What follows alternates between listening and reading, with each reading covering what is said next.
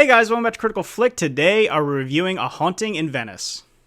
So A Haunting in Venice is the third film in kind of the Agatha Christie trilogy, the first one being Murder on the Orient Express, then Death on the Nile. And I'll say right away, while I'm not a huge fan of these films, I do think that this one is the strongest of the three, and it brings some of the best direction elements and performances from Kenneth Branagh. Of course, he's back as Detective Poirot, and again, he is thrust into solving a murder mystery, if you will. This one has far more spooky elements to it, taking place in a somewhat haunted building in Venice. And I think those elements are what set this movie apart from the other two for me. They all are very good looking movies. They're very interesting as far as production design. Obviously, they're stories that have lasted kind of the test of time. But I think this one, taking kind of the almost eerie setting of Venice at night during Halloween and kind of throwing our characters into this really supernatural-esque environment, helped elevate the film. It has a way of kind of using interesting camera angles, both soundscapes and cinematography, to make you feel uneasy or not really understanding what's going on, or almost confused like our characters are. And of course, like the first two films, we kind of have an all-star cast of characters, whether it be Michelle Yeoh, Jamie Dornan, Tina Fey, or like I said, Kenneth Branagh. I feel like none of them really have a chance to fully shine. Branagh as Poirot is great. He's great in the first two movies. He's kind of born to play this kind of character, and I think he does a really, really good job.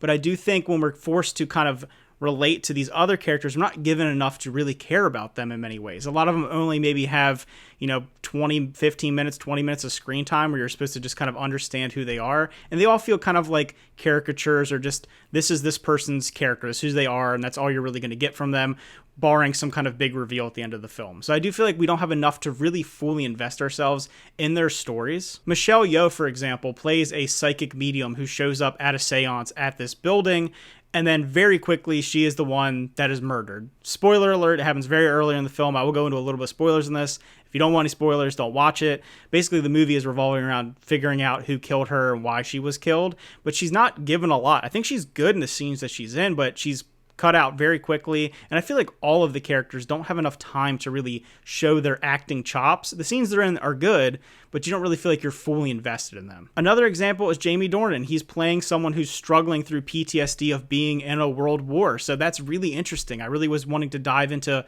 his struggles, but he's barely in the film for the most part. He's kind of incapacitated for a lot of it. He doesn't really get to give like a performance of someone who's really struggling, so I would have liked to see more from them.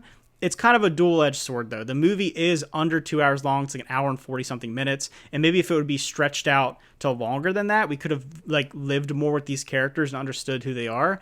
But I will say, the movie's other big drawback for me is the pacing. It feels very, very slow. The movie felt like it moved at a very slow pace. It didn't feel as clever as other detective films we've seen in the past.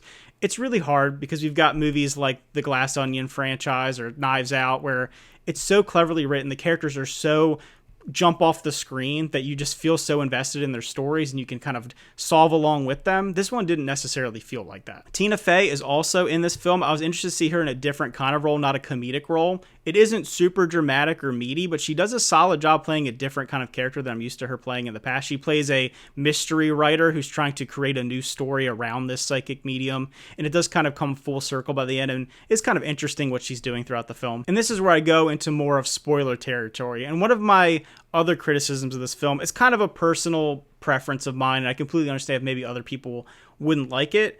For me, as you're watching the story and you're trying to solve it along with the detective, I always like doing that when I watch, whether it be Sherlock or anything. You're like, oh, what are these clues? What's happening? Can I piece this together? And it felt like when we got to the end of the film, we get this big reveal that you could really have not figured it out. I mean, there's a few little tiny clues, but there's almost no way you would know, oh, this person did it and this was their motives. You can guess at who did it, but you never could really know because there's so many things happening behind the scenes that there's no way you could know that these characters are interacting in this way.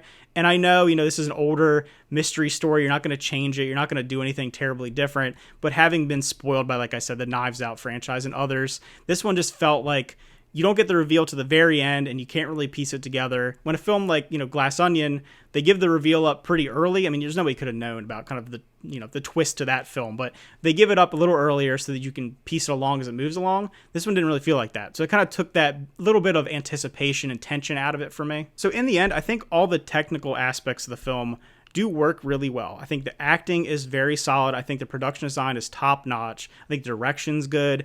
I just think when it comes together, it kind of lacks the entertainment value I expect from a top tier detective film. And maybe, that's just maybe me, cynical, like I said, comparing it to other films. So I would always love to hear everybody else's opinion if you liked it, especially if you're a big fan of Agatha Christie. I've never read any of the novels. I have no real connection to these characters other than the other films, which, like I said, self-admittedly, I don't love. So if I were to rate A Haunting in Venice, I would give it a 6 out of 10.